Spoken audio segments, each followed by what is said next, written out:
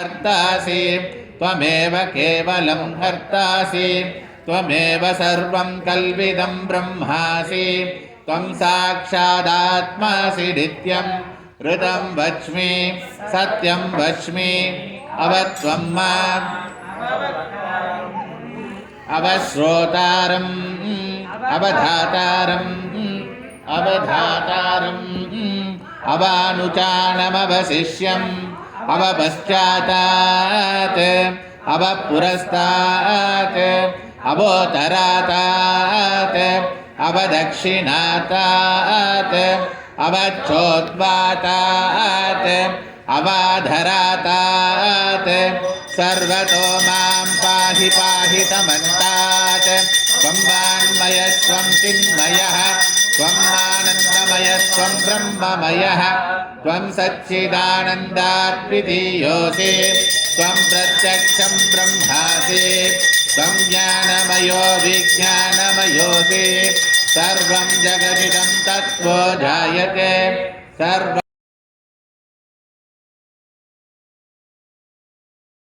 रूपम् अनुस्वारश्चान्त्यरूपं बिन्दुरुत्तररूपं नादः सन्धानं सगुम्भिता सन्धिः सैषा गणेशविद्या गणकऋषिः निद्रुद्गायत्री छन्दः श्रीमहागणपतिर्देवता ॐ गणपतये नमः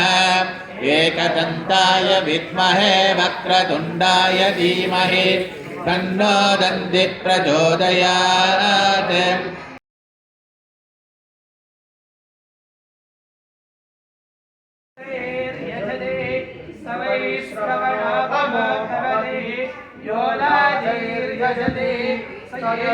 वान् भवति समेधावान् भवति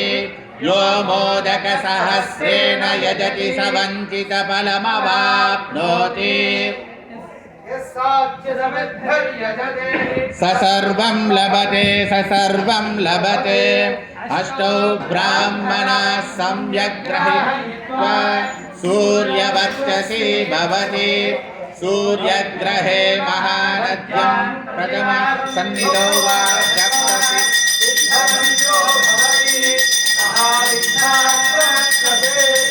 महादोषात् प्रमुच्यते महापापात् प्रमुच्यते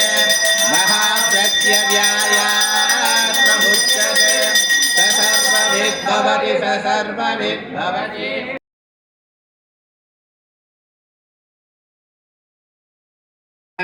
ओम द्विमुद्राय नमः